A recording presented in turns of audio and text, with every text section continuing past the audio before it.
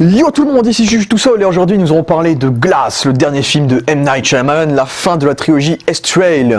199 je crois, le nom de la trilogie. On va l'appeler la trilogie incassable, voilà, ça va être moins dur. J'ai hâte que le monde sache enfin que nous existons. Puis-je rencontrer la bête? J'espère pour toi qu'il va t'accepter. J'ai l'impression que les vilains sont en train de s'unir. Beaucoup de gens vont mourir. Ne fais pas ça. Êtes-vous prêts?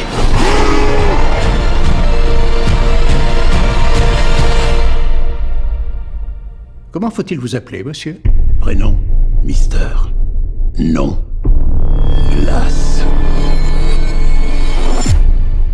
Donc tout d'abord je vais donner mon avis en spoilant, du coup, sur Incassable et Split, donc je spoil, c'est parti, 3, 2, 1, préfet partez.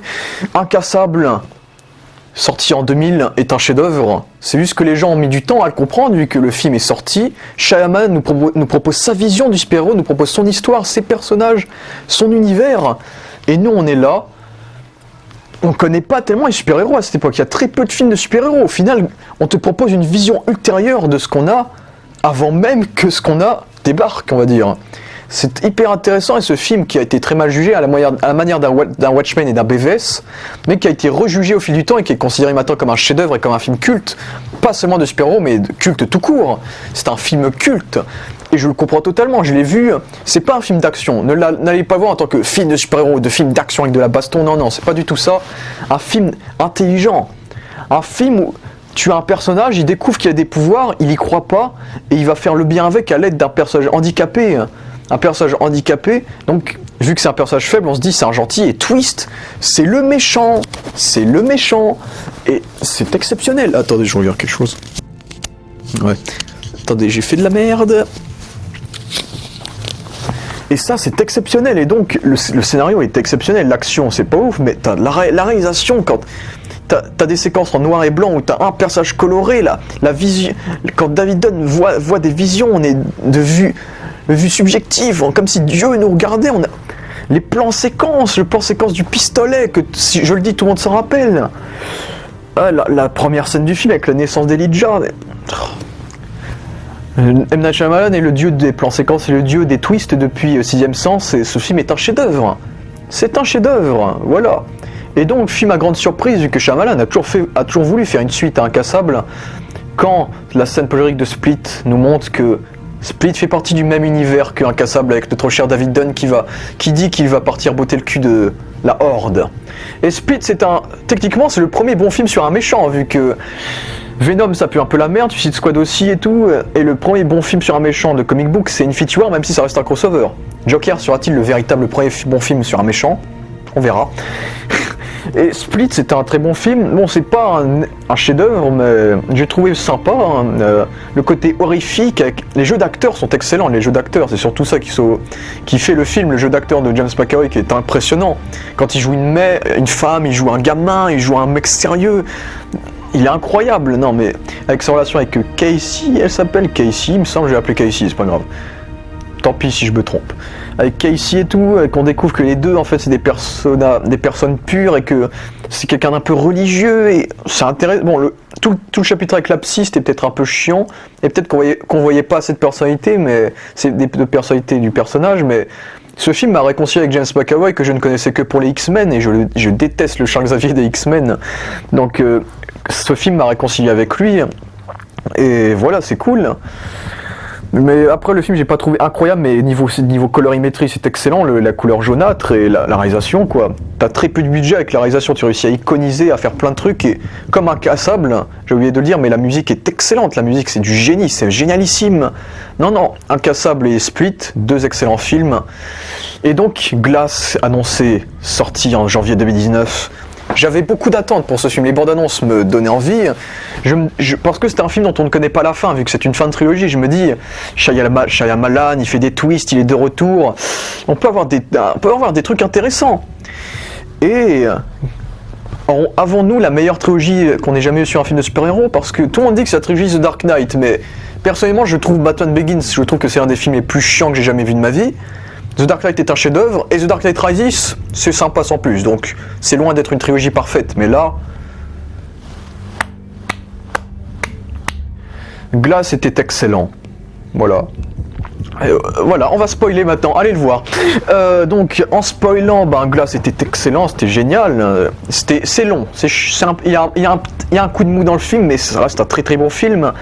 Et pour vous résumer, au niveau de la réalisation, le film est excellent. Par exemple, le film il commence, on a le plan séquence de James McAvoy qui est en roller et tout, hyper long. Le moment où il met les noms des acteurs, là, le générique de début, avec des slow motion, on voit un peu le côté quotidien. Et la mise en scène, quand Bruce Willis débarque affronter le gars qui avait fait son Superman Punch et tout, il est dans l'ombre, il a de l'iconisation. Et même les premières scènes de Mr. Glass, il y a beaucoup de points de vue objectifs dans le film. On a un point de vue FPS, j'aime bien appeler ça point de vue FPS. On a beaucoup de points de vue FPS dans le film, on voit Mr. Glass, la première fois qu'on le voit, on voit ses bras et on est de son point de vue, on a beaucoup de fois le point de vue de Mr. Glass, vu que comme il est petit, vu qu'il est assis sur son fauteuil roulant, on a un point de vue intéressant, ou même, il y a beaucoup de ça. Et ce que j'aime avec les combats aussi, les combats qui sont à petit budget du coup, ce que j'aime avec les combats, c'est que du coup, on a plus des combats qui sont centrés sur l'émotion que sur l'action, vu qu'il y a une caméra qui est posée sur le torse des acteurs, et on voit leurs expressions quand ils se battent. Et ça c'est intéressant, on est plus sur l'émotion des personnages que sur l'action, et du coup, on ressent un peu l'objectif de Shyamalan. Et voilà quoi, là niveau réalisation c'est bien cadré, c'est bien monté, c'est un film d'auteur, c'est clairement un film d'auteur de super-héros. Et voilà, ça rend parfaitement hommage aux comics, bon moins qu'Incassable, mais Incassable c'est un autre délire, c'est à peu près le même en fait. Mais voilà, cet hommage aux comics est impressionnant dans la narration, mais j'en parlerai plus tard, et la colorimétrie du film est excellente.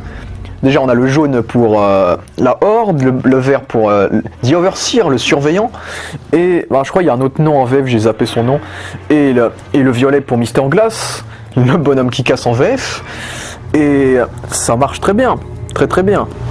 Vu que, déjà, Shyamalan a dit que ces couleurs avaient une utilité en fait. Vu que le jaune, ça montre le côté religieux, c'est une couleur religieuse, il a fait plein de recherches pour la Horde, parce que lui, il épargne que les gens purs. Le vert, c'est le côté naturel, la force, le côté le bien, pour Bruce Willis, pour David Dunn. Et le violet, c'est le côté noble, le gars qui assume, d'autres sociétés un peu, de Mr. Glass, qui gagnait sa vie en vendant des trucs de bande dessinée dans Incassable. Du coup, on voit le gars, il a pensé à tout, et j'ai l'impression que il a pensé à tout dans ce film, mais j'en parlerai dans la partie scénario. Parce que là, je parlais de l'esthétisme, et on a aussi là, cette séquence qui est la séquence du film, la séquence de milieu de film, la séquence qui résume un petit peu, la séquence où ils sont interrogés par le docteur Staple, dans un endroit complètement rose, dans une chambre rose, pour montrer le côté incolore, le fait que leurs couleurs se mélangent, et on voit que ils doutent sur le fait que ce soit des super-héros, tu vois, parce que c'est le but du film, et c'est ça qui marche, c'est qu'on a l'image nous raconte tout, et ça c'est incroyable. Et voilà, la mise en scène, c'est Shyamalan quoi. C'est excellent, c'est bien fait, il y a des bons plans séquences, des cadres hyper intéressants, de plein de points de vue, les scènes d'action centrées sur l'émotion. Non, mais j'ai rien à dire de plus, c'est très bien, très très bien. Au niveau des effets spéciaux, j'ai rien à dire, vu qu'il y en a assez peu. Et du coup, en parlant d'effets spéciaux, pourquoi ce film est crédité moins de 12 ans? Il n'y a rien de violent. Parce qu'il y a un moment donné, Mr. Glass, il égorge un gars. On le voit même pas l'égorger. On est de l'arrière du gars, donc on voit pas le gars se faire égorger. Il n'y a pas de moment sanglant, il y a juste le moment où le Mr. Glass se fait niquer les os par la Horde, et le moment où la Horde se prend une balle. Mais c'est des blessures basiques, c'est pas... Les enfants, ils peuvent voir ça quand même, je trouve. Je trouve ça dommage que le film soit censuré, en fait, plus ou moins. Pourquoi la France? En plus, je crois que c'est qu'en France, quasiment, mais... Pourquoi le film est moins de 12 ans? Pourquoi? Il est pas violent, il y a rien, c'est... Ok, peut-être le message est peut-être un peu adulte, mais... Vous allez loin, les mecs, vous allez loin, hein, putain. C'est dommage, surtout que j'aurais aimé que le film fasse plus de pognon, parce que c'est le moins bon succès de la trilogie. Il a marché, vu que le film n'a coûté que 20 millions et on a rapporté 246, je crois, donc il en a fait 20 fois plus, quelque chose comme ça. Donc oui, il a parfaitement bien marché, bon, moins de 20 quand même, mais bon, 10 fois plus. Donc oui, il a bien marché, et c'est déjà bien, mais j'aurais aimé que les gens s'intéressent plus à ce type de film au lieu de donner le milliard à Captain Marvel.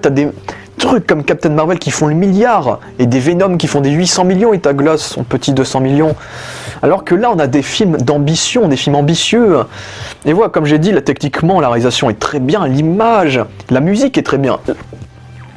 J'aurais aimé un peu plus de reprises du thème d'Incassable et de Split, mais quand on en a, c'est hyper bien fait. Et on a un thème un peu à la Dunkerque avec une horloge qui arrête pas de faire du bruit, j'ai bien aimé.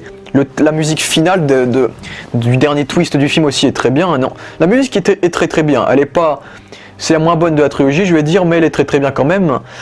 Et voilà. On a quoi d'autre? On a le montage. Au niveau du montage, on sent que le film a été cuté quelques moments, vu que Shyamalan a dit qu'à la base le film faisait 3h15. Et finalement il fait 2h10, la version qu'on a eu au cinéma. Du coup ils ont coupé 1 heure de film. Ça se voit un peu vu que, mais je trouve que ça me gêne pas trop vu que le film déjà est très long. Il est très très lent et on sent le côté film d'auteur pour le coup. Et c'est pour ça au niveau du rythme, je suis mitigé sur un truc. Le début il est très bien, la fin est très bien, mais le milieu, quand ils sont dans l'asile, c'est un peu lent, c'est vrai. Il a un coup de mou, et j'en parlerai juste après, mais il y a un vrai coup de mou à ce moment-là du film. Et c'est là que je reviens à l'histoire, puisque l'histoire, déjà, je trouve que ça commence hyper bien. On découvre un peu les super-héros du point de vue du quotidien. On voit ce que fait David Dunn depuis Incassable. C'est un super-héros, il a perdu sa femme qui est morte, évitant d'engager l'actrice. On voit que son fils, c'est son sidekick, c'est le mec informatique, un truc bien comic book et tout, là, celui qui l'informe dans son oreillette. Et on voit que le gars, ça fait des mois, voire des années qu'il recherche James McAvoy, qui recherche Kevin Crumb, la Horde. Et donc on voit faire ses missions avec ses oreillettes, on voit qu'il essaie de fuir les flics. Vraiment, c'est vraiment un film de super-héros réaliste au début. Parce qu'on est vraiment... Chaque partie est centrée sur un personnage. Première partie, Bruce Willis. Deuxième, James McAvoy. Troisième, Samuel Jackson, Mr. Glass. Et ça se voit, et je trouve que c'est une très bonne idée de terminer sur Mr. Glass, parce que en principe, c'est un peu son film, vu que ça s'appelle Glass. Et donc ensuite il y a cette scène d'action contre la Horde qui est bien faite, que j'avais bien aimé, réaliste et tout, qu'on voit leurs émotions et tout, jusqu'à que la docteur les arrête, la met dans l'asile. Ce que j'aime bien au début dans l'asile, déjà le docteur fait tout pour les persuader que ce ne sont pas des super-héros. On découvre les 3 personnages qui sont affiliés à ces personnages. On a le fils, Joseph, qui est le fils de Bruce Willis, qui est d'ailleurs Werner Strucker dans Agents of S.H.I.E.L.D. si vous regardez cette excellente série. On a Anna Taylor-Joy, comment elle s'appelle, Casey, qui était dans Split et qui est liée à Kevin du coup. Et on a la mère d'Elijah.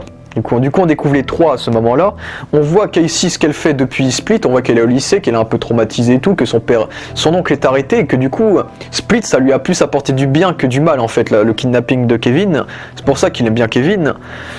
Et on découvre comment ça se fait que la mère de Elijah est vivante, vu que Samuel Jackson a 70 balais. Elle doit avoir 90 ans. Ouais, quand même. Et on a le fils du coup qui fait tout pour essayer de libérer son père. J'aime beaucoup parce que ces personnages, pendant qu'on a les séquences d'asile, eux ils enquêtent dans le film. On a Casey qui va aller chercher des bandes dessinées.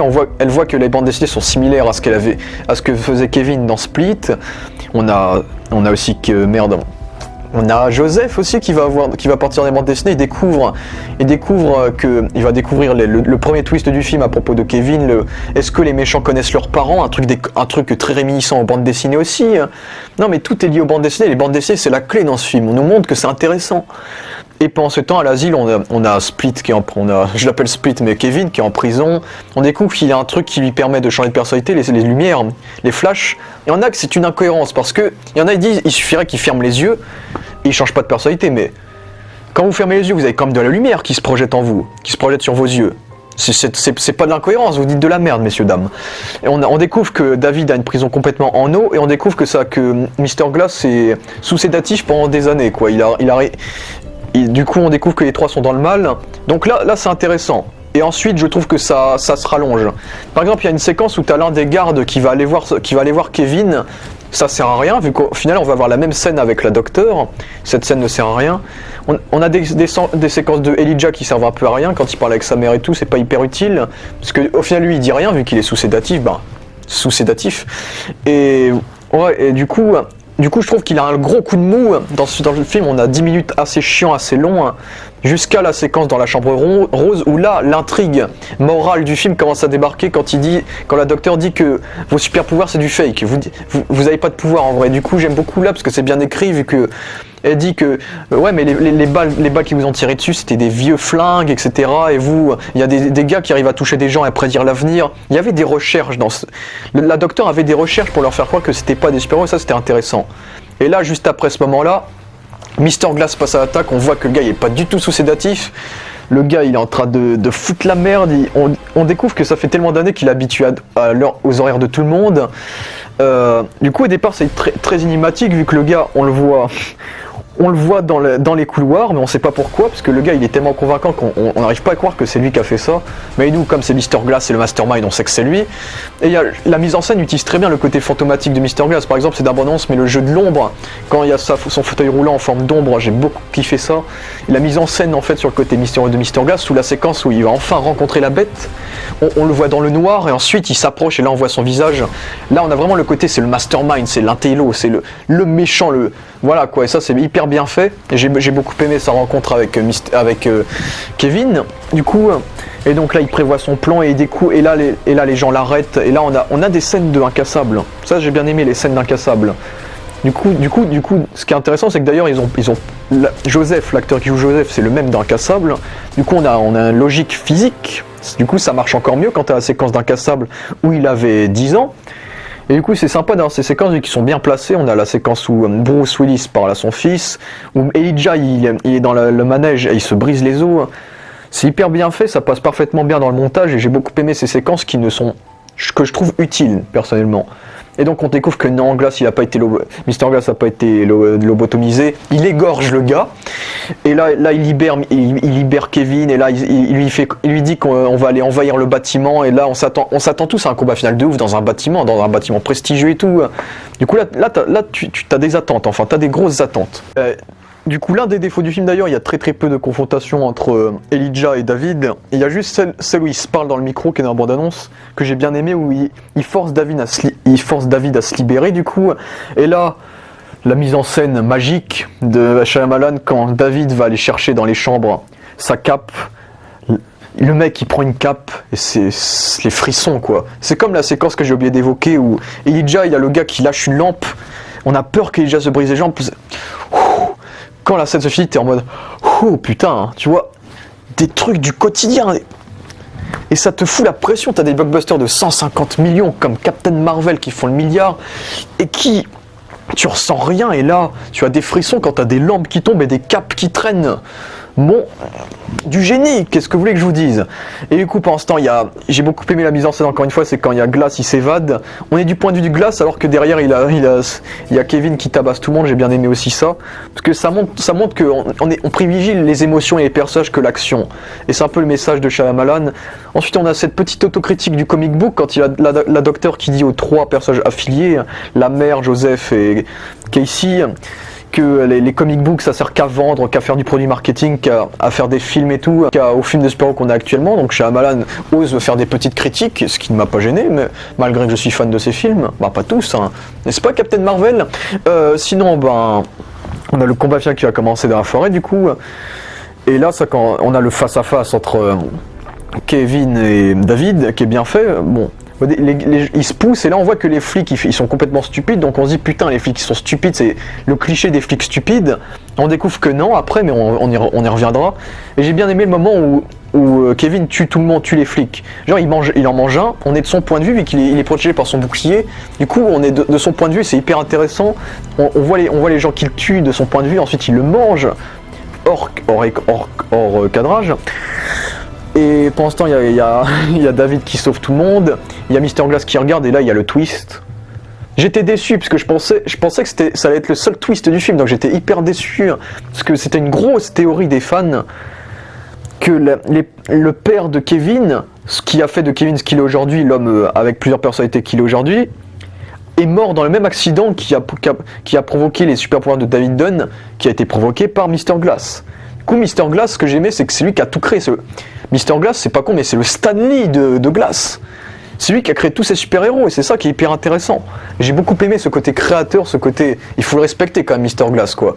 Et du coup, t'as Kevin qui le remercie en mode « Merci de m'avoir créé la bête », qui dit ça.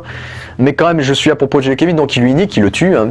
Il meurt petit à petit, mais il lui brise le bras et tout, il le tape. Et là, t'as le combat final entre David Kevin, oui, il le balance dans l'eau, le point faible de David, mais il va quand même y arriver, à s'en sortir, mais malgré tout, c'est l'eau qui va tuer David, alors que Kevin est sur le point d'aller dans le bâtiment, et non, finalement, on s'est fait baiser. Les trois se font buter, on n'a pas de combat. Et au final, j'ai pas été déçu, j'ai été en mode « Oh, il m'a bien eu ce bâtard, on n'a pas de combat dans la tour, non, non, non, non, il nous a baisé !» La promo du film spoilait peut-être un peu trop, mais on s'attendait quand même à ce qu'on allait avoir ce combat, et non, on s'est fait baiser.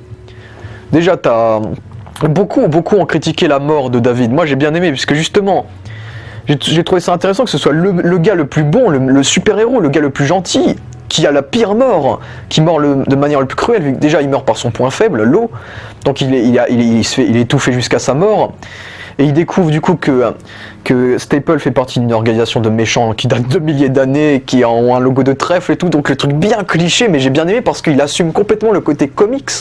Il y en a beaucoup, ils ont critiqué ça aussi, mais j'ai bien aimé le truc de l'organisation secrète. J'ai trouvé c'était un vieux kiff d'organisation. Oh, il y a des organisations secrètes qui veulent pas de super-héros, etc., qui existent depuis des milliers d'années. J'ai bien kiffé ça. Du coup, déjà, ça élargit l'univers, donc ça montre que les super-héros, ça a été évoqué depuis des milliers d'années, alors donc c'est hyper intéressant. Et du coup, il meurt. Du coup, il a une mort triste, très très triste, vu que c'est le super-héros, c'est celui qui a la pire mort. Ensuite, t'as Split, t'as Kevin qui meurt et par son point faible, qui est Kevin, qui est la belle. Parce qu'en fait, j'aime beaucoup le côté la belle et la bête de Kevin et Casey. En gros, Casey, son pouvoir, c'est un peu l'amour, un peu. Et donc, elle réveille Kevin, et Kevin se prend la balle, il va mourir. Et j'ai beaucoup aimé la mort du personnage, vu que toutes les personnalités font leurs adieux, du coup. Il y a Denis, il y a le gamin Edwidge. Et t'es tellement triste pour Edwidge, vu qu'il a que 9 ans et tout, alors que c'est James McAvoy qui imite un gamin, quoi. C'est touchant as fuck. Non, mais c'est perturbant jusqu'à que finalement Kevin meurt dans la lumière. Donc Kevin est mort de façon positive quand même. Il est parti dans la lumière. Donc sa mort reste touchante. Et t'as celle de Mr. Glass après qui est en confrontation une dernière fois avec la docteure et qui ensuite la docteure qui la persuade qu'il avait raison, donc au moins il meurt en ayant raison, en ayant servi à quelque chose, et donc sa mère lui dit qu'il a été spectaculaire. Donc lui aussi il meurt de façon plutôt positive, vu que tout le monde le prenait pour un microbe un peu, puisque c'est un handicapé et tout, il a des problèmes d'os et tout, mais au final c'est lui qui a fait le plus avancer l'histoire, il a avancé le monde en vrai avec ce qu'il a fait, et ça se dit, et on le verra avec la suite du film. Du coup tout le monde est mort, on est deg de ouf, on est en mode allez vous faire foutre, et là, utilisation des comics, le plan B du méchant, Mr. Glass avait tout prévu, tout le monde est dans la merde, scène finale, on est dans un nouvel univers. C'est vrai que j'aurais peut-être préféré que le film se termine quand on découvre le côté plan B pour nous laisser théoriser de comment Mr. Glass a fait, mais à la fois j'ai beaucoup aimé le fait le film se termine sur un travelling qui recule et tout, et t'as le gars il dit on est dans un nouvel univers, comme dans les comics, on est dans un univers parallèle, après la Terre principale, on est dans les New 52 de DC, c'est un peu ça, ça assume le côté comics jusqu'à le dernier dialogue, quoi. J'ai beaucoup aimé ça, et donc le film se termine parfaitement avec le générique qui regroupe plein les petits extraits de Incassable et de Split en mode la trilogie est finie. J'étais heureux, j'ai vraiment aimé ce film. Non, vraiment, allez le voir, allez le voir, vous l'avez déjà vu, je suis en partie spoiler. Et sinon, pour revenir à ce que je disais, le film a l'air d'avoir été produit depuis des années, vu que, si vous vous rappelez d'Incassable, le gars, quand il était enfant, Mr. Glass, Elijah, sa mère lui a offert une BD. Il y avait un super-héros en costume vert contre une bête poilue. Finalement, ce combat, il l'a prédit depuis son enfance, vu que c'est ce combat qui se réalise au combat final du film. T'as la bête, une bête contre un super-héros vert. Mais vous voyez comment Shyamalan est intelligent. Il faut savoir que David, c'est une référence à David de la Bible et à Elijah de la Bible, et que ça a un sens, vu que tout a un sens. Les noms des personnages, les couleurs des personnages, l'opposition des personnages, tout a un sens. Et la couleur de Kevin, qui est aussi le jaune, qui est opposé au vert et au violet, qui montre le côté anti-héros de Kevin, vu que c'est le personnage ambigu, vu que tu dis que... Parce qu'il y a des personnages, je dis, mais pourquoi on fout Split dans l'univers de Incassable? Parce qu'on a déjà le héros et le méchant, lui il fait tâche. Mais non, parce que c'est l'anti-héros. Le gars, il est pas gentil et il est pas méchant, quoi. C'est ça le truc. Et j'ai beaucoup aimé le côté anti-héros du personnage. Et il y a plein de trucs intéressants. Kevin qui a 24 brosses à dents pour ses personnalités et tout. Bon, je fais une petite pause. On a le fait que Casey, pour que Kevin revienne, il appelle 3 fois son nom, un peu comme le méchant Mister MZY truc, l'un des ennemis de Superman, vu que son point faible à lui c'est de prononcer son nom à l'envers. Et là on a le même procédé de comic book, on prononce le nom du méchant pour qu'il soit plus méchant, ça c'est intéressant, c'est intelligent. Le fait que les filles au début soient menottées comme ça, c'est écho avec le combat final de Incassable où David avait sauvé des femmes attachées comme ça aussi. On avait tout ce délire là, il y a plein de références, il y a le caméo de M. Night Shyamalan, il a fait un arc avec un caméo, c'est hyper intelligent. Vu qu'il a fait un caméo dans Glass en disant que mais je me rappelle de vous m'avez stoppé quand j'étais dealer de drogue dans Incassable, et on a cette scène dans Incassable et je suis deg parce que j'ai une amie qui est morte il y a pas longtemps, c'est celle qui était dans Split. Du coup il a fait un arc pour un personnage et ça c'est hyper intelligent. Non tout ça, non mais il a tout prévu ce bâtard, il a tout prévu. Aussi le fait que ça a été dit dans Mr. Glass avait proposé à David de créer sa propre truc de sécurité dans Incassable, et là il le fait dans Glass, on le voit.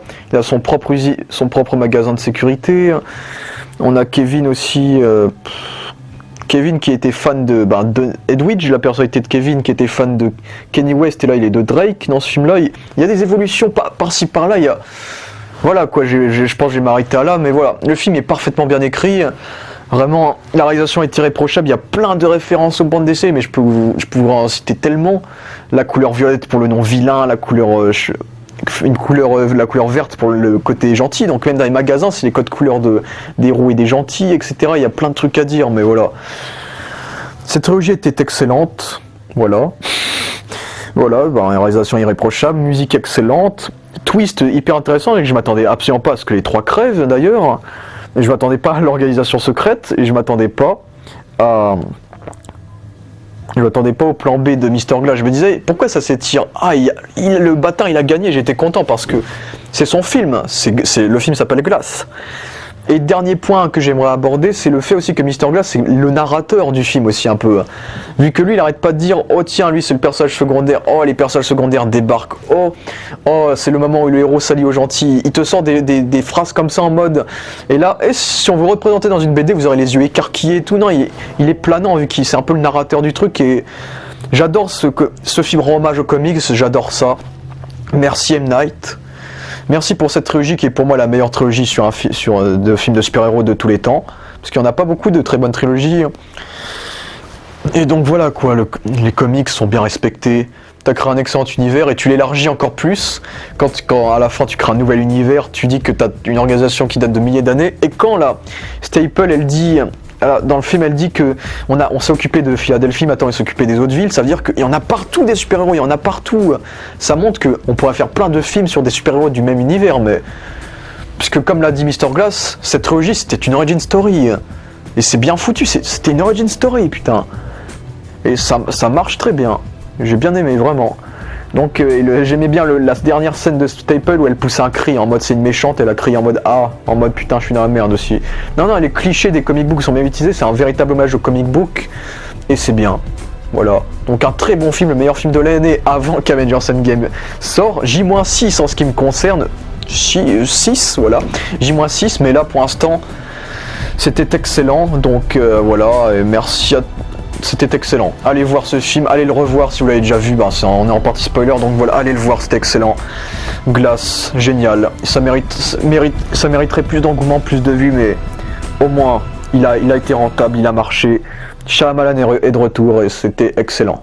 Voilà. Je vais pas dire plus, c'était excellent et c'était excellent. Voilà. Merci à tous d'avoir vu cette vidéo. Et ciao. Et j'ai l'air d'un con, putain. Ouais.